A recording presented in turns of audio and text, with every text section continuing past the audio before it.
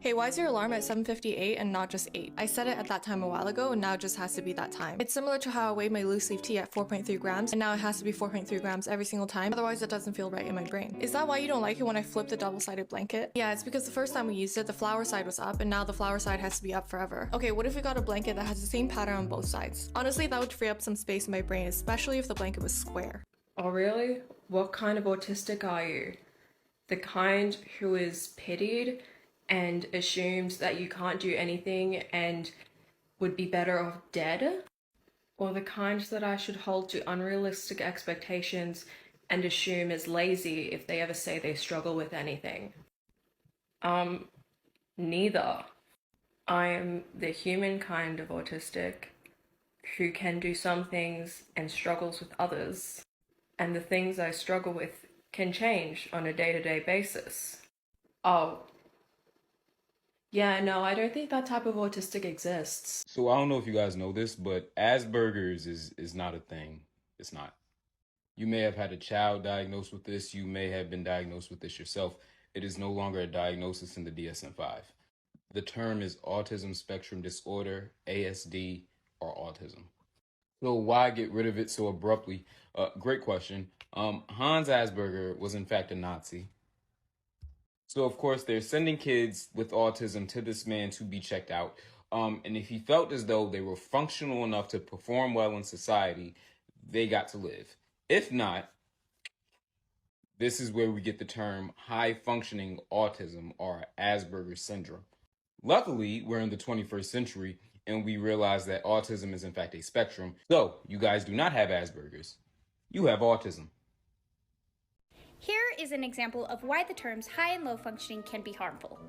I've had doctor appointments where I was not overstimulated, was able to communicate for myself, so I let them know that, hey, I'm autistic, could I have this support? And they said, well, you're obviously high functioning, so no.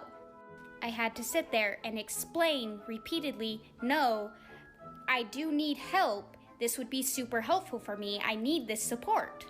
But I've also been in the hospital when I've been very overstimulated, needing a lot of support, not able to verbally communicate, thrashing around because I'm in the middle of a meltdown. It was not great. When people saw me in that context, they're like, oh, she is extremely low functioning and cannot make any decisions for herself.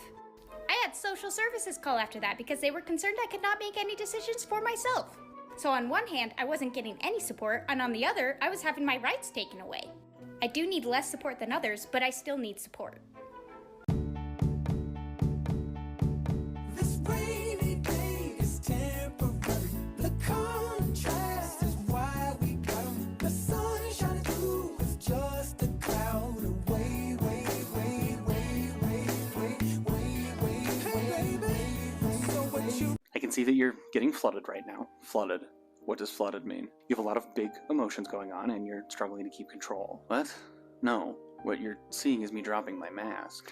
Getting more agitated isn't going to help. Why don't we take a break? Oh, hold up. First off, again, what you're seeing is not agitation. And second, your plan to soothe an autistic person whom you think is getting agitated is to pull them away from the thing that they're starting to hyper-focus on. That's not what this is. That's exactly what this is. I understand there are times that people need to take breaks, but I assure you this is not me unable to handle my emotions. I have been at this point with other autistic clients and they end up lashing out. Were you also ignoring them? I always encourage breaks when people's emotions are starting to run the show. Okay, so I am starting to get agitated now because you seem to think that you understand what's going on in my mind better than me. Sometimes it's hard to see what's going on inside ourselves. Sure, it would be very pompous of me to think that I am 100% in tune with what's going on in my head. So we'll take a break then. Just like it would be very pompous of you to infantilize a patient simply because they're autistic. I'm not thinking of you as a child. You refuse to acknowledge me explaining what's going on with me, and the mistake that you're making is that when a neurotypical person starts to raise their voice or show cold body language, that's usually a sign of aggression or agitation. Whereas I, being autistic, am consciously controlling my voice and my body language to make you more comfortable. And there are times that I have to turn those things off because I'm diverting energy away from those towards listening and thinking and double checking myself to make sure that I'm not responding out of emotion. Are we ready for a break? It's like how your body decides where to send blood when you're really cold. Your nose will freeze and fall off before your eyes because your body is diverting resources when you're in a hostile environment. I'm not being hostile, but that is what I am sensing from you, and wouldn't you agree that that is typically a sign of anger? Yes, of course, but just because you're calm and your appearance is nice doesn't mean that you're not being hostile. You disregarding everything I'm saying is a form of hostility, so now I am getting angry. Kind of proving my point.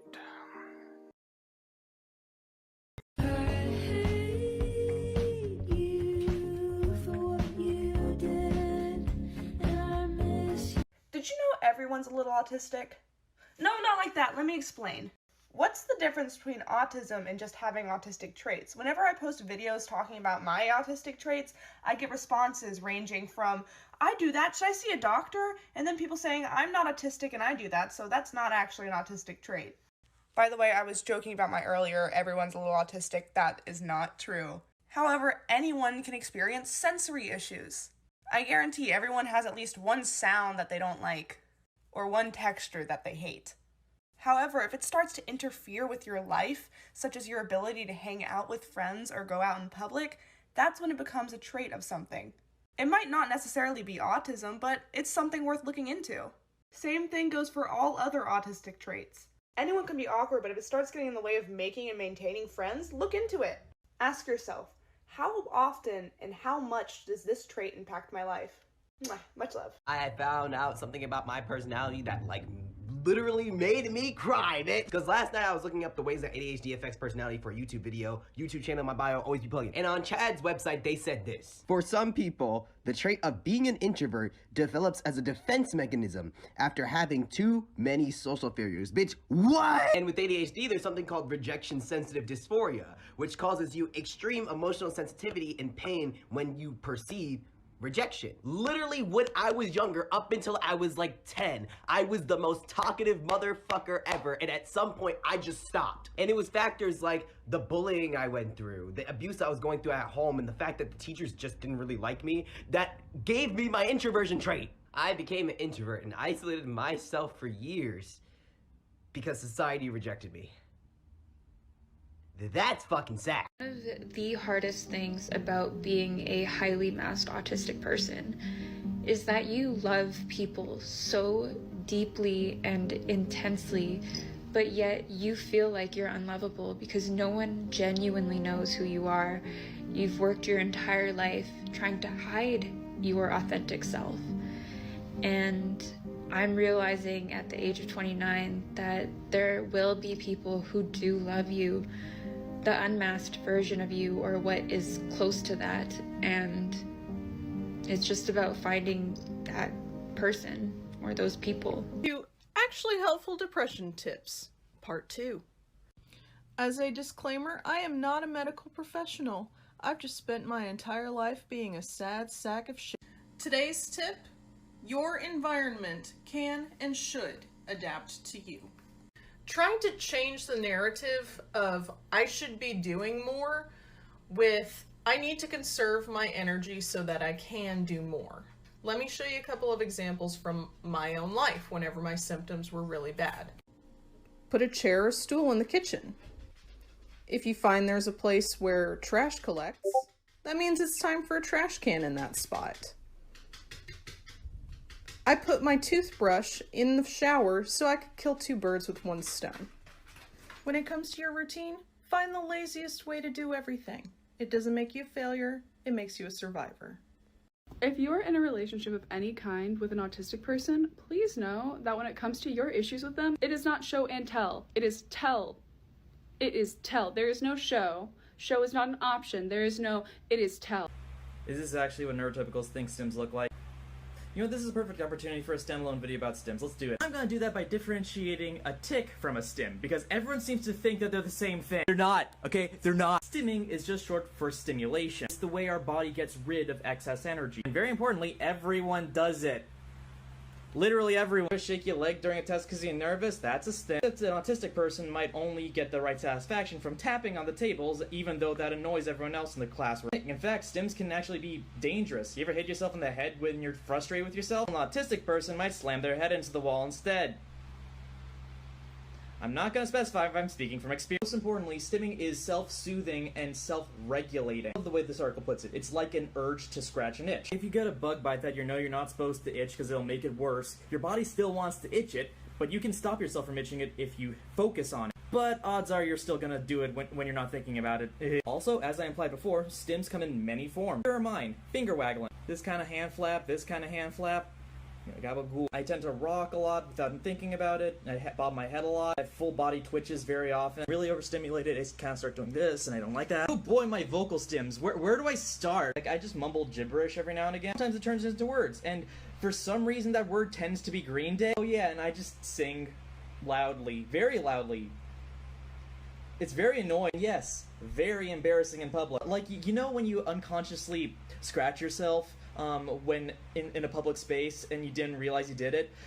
Imagine that, but instead you're yodeling My Chemical Romance. I'm not. I can't actually yodel, that's just what I'm calling it. I will say, on the surface, the weird stims of autism can seem like tics. They tend to be both verbal and physical. They happen on a spectrum, with the most severe being Tourette syndrome. It has very similar common associated conditions like ADHD and OCD and learning disabilities, and you know. Once again, this article puts the difference between the two perfect. Stimming is to itching as tics are to sneezes. In fact, from this description of the premonitory urge you feel before a tic, it kind of sounds like the feeling before a sneeze, doesn't it? You just kind of like, and if your body doesn't let you sneeze, you feel terrible, because the expression of that tic brings that relief, like a sneeze does. And like holding back a sneeze, you could technically hold back a tic, but you would literally be fighting against your own body. Compare that to how stimming is. You normally don't even notice it happening to begin with, and when you do, you can easily have your brain just say, stop doing that, and it'll stop. I mean, unless you're having a meltdown, there's no stopping that train, buddy. Also, because of that difference, tics can become a lot more complex. I actually have occasional full body twitches, but they're not that bad, they don't happen that often, it's the only tic I have, so it's probably not Tourette's. Could be wrong, though. By the way, did you know that the swearing that basically defines Tourette's in the mainstream is actually a relatively rare symptom? More often, vocal tics are just going to be repeating words or echololly at worst, which is also a common autism thing, but I'll make that another video because I am out of time already. I think I know why it's so hard for neurodivergent people to get neurotypical doctors to believe them when they say something is wrong. It's because neurotypical people exaggerate about stuff all the time. Like, a neurotypical person will do like strenuous exercise and then will come back and be like, oh my god, I think I'm gonna pass out. And my reaction would be like, oh my god, are you okay? Do we need to go to the doctor? And they'll be like, oh my god, no, it's just a turn of phrase, like I'm breathing really heavy. When like I don't say, oh my god, I'm gonna pass out unless I'm about to pass out. But this type of over-exaggerated language is so common in everyday language that when I go to the doctor and say, oh my god, I feel like I'm passing out, they assume I'm over-exaggerating. But it also means that people are finding hidden meaning in what I'm saying all the time. I come across as rude when I don't mean to because I say something that people assume I mean something else by, or people will think that I'm mad at them when I'm not, just because I said something that they didn't take literally how I intended it. So fucking annoying, dude.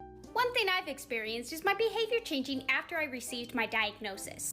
A lot of people think that if the behavior changes after the diagnosis, that must mean you are faking it. That's not what is happening.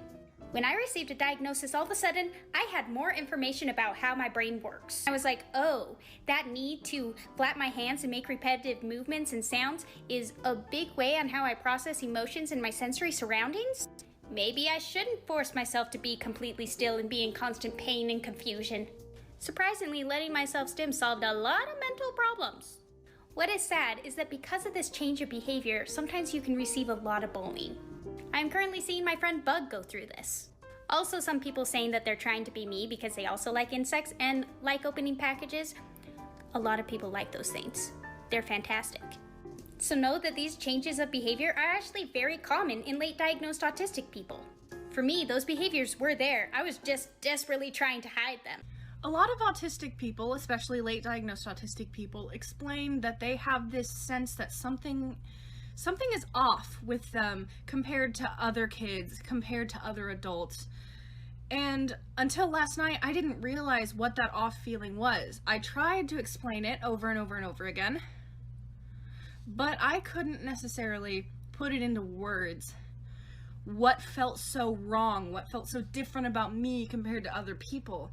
Last night, though, I figured out what that feeling was. It was, I felt things differently than other people felt those same things. I went to my grandmother's funeral and I didn't feel anything until my brother wouldn't sing a song with me at her funeral. And that was when I felt upset. That was when I felt angry and sad and confused. It wasn't because my grandmother had passed away. And I lived with this guilt that something was wrong with me. Something about my emotions was fucked up. Something about me was wrong. I couldn't feel love and connection the same way other people could feel love and connection. So I was constantly shaming myself. I enjoyed certain things that other people did not give a shit about. And certain things that other people thought were so big and important, for some reason my emotions would not react the same way.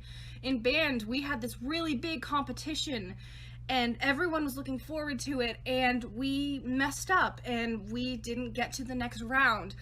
The entire band was in tears and sad, and I felt nothing in that moment, and I felt so confused, and I was like, why am I not feeling the same way other people are feeling right now? I shamed myself every living moment of my life, thinking that I don't feel love and connection and loss and sadness the same way other people do. It's this, I can't describe it. It's, my emotions are different. And until I realized that last night, there's no way I could have loved myself thinking that something was wrong with how I experienced the world. So now it's like, I need to do some research on autism and emotions and how they're different from neurotypical people, because I think that's been my main problem. I felt like this heartless demon sometimes, and other times I felt like I was overreacting to everything, and sometimes my emotions were way up here while everyone else's were down here, and sometimes my emotions were down here when everyone else's were way up here, and I felt so alone compared to other people. I felt like something is wrong with me. Something must be wrong with my brain for me to feel like this, and now I'm just realizing that's probably autism. Well, this autism criteria says that autistic people might not like their foods to touch, but that can't apply to me because, like, some foods should not touch, like wet foods should not touch dry foods most of the time, but with certain foods and flavor combinations, it is okay. Like, there's a system for it, so I don't think that applies to me. Can you develop autism as an adult? Nope, it is how your brain formed and developed in the womb. That's such a funny word. But yeah, autism is something you're born with. This is also why vaccines causing autism makes no sense, because vaccines don't change the entire structure of your brain. But this doesn't mean you can't be diagnosed autistic as an adult. It's missed for a lot of reasons. For example, I wasn't diagnosed until a few years ago. One of my parents was also undiagnosed autistic, so they were like, this behavior is normal. It was not normal. Plus, it can be harder for females to get diagnosed in other marginalized groups and people of color, and it's a whole problem. You're born with it. Yeah. Sometimes being autistic feels like everyone else in the world is part of some big, elaborate inside joke that I'm not in on. Sometimes being autistic feels like everyone around you is speaking in riddles that you have to decode just right, or else the riddle turns into a ticking time bomb. Being autistic feels like everyone else expects you to be speaking in riddles too, and then they get upset at you for what they interpreted as what you meant, when really you just meant what you said. Sometimes I wish I was in on that joke, and sometimes I wish I understood those riddles. Mainly, I wish that people would stop assuming what I mean, instead of just hearing the words I say and understanding that that's all I meant by them. I'm probably gonna delete this, but I just had some post-meltdown clarity and wanted to get this out there. So we already know that the NHS is not safe for autistic people and people with learning disabilities, but there is a new report which confirms this. So this is the full name of the report. If you want to search it and read it for yourself in full, you can just search Baroness Holland's final report and it should come up. It's on the government website. It's a pretty damning report of how autistic people and people with learning disabilities in England are abused by the NHS. I would definitely recommend reading it if you can, but I'm going to break down a few key points. So there are 5 key points on what needs to change in order to improve the care of autistic and learning disabled individuals. So the first point is that solitary confinement does nothing but harm. I think that's kind of obvious, but to healthcare professionals who just lock up autistic and learning disabled individuals, I guess not so much, so it had to be spelled out for them. So the second point is, further iatrogenic harm is being caused when psychotropic medication is used without therapeutic intention and by the inappropriate use of other restrictive practices, including physical interventions. So we know that these institutions often physically abuse patients as well as over-medicating them in order to sedate them and restrain them. And this report points out that obviously that's not a good idea. I'm going to kind of sum up the rest of the points, but basically they're not taking everyone's individual circumstances into account. They're kind of just saying, oh, they have autism or they have a learning disability, let's lock them up. They're not really looking at the bigger picture. People are traumatized further by being in inappropriate environments, and people are isolated from their support system, so their families and their friends. This report makes 13 recommendations. I'm not going to go through them, but definitely look it up if you're interested. Essentially, this report is saying, hey, autistic people and people with learning disabilities are human, so can you treat them as humans, please? And secondly, your job is to help these people get better. So how about you do that and not abuse them? That's essentially what this report is saying, but, you know, in a more professional way.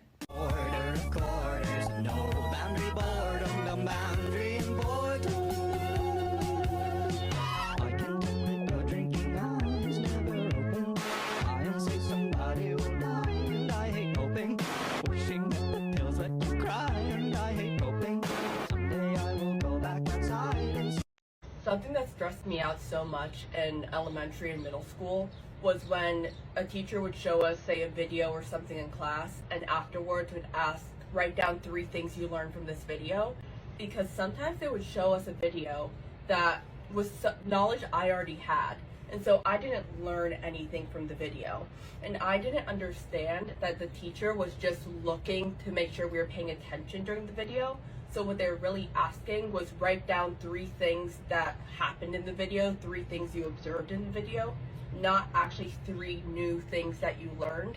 So I would be sitting there with my little worksheet thinking for 30 minutes about what I could have learned from the video, because these were all things I already knew.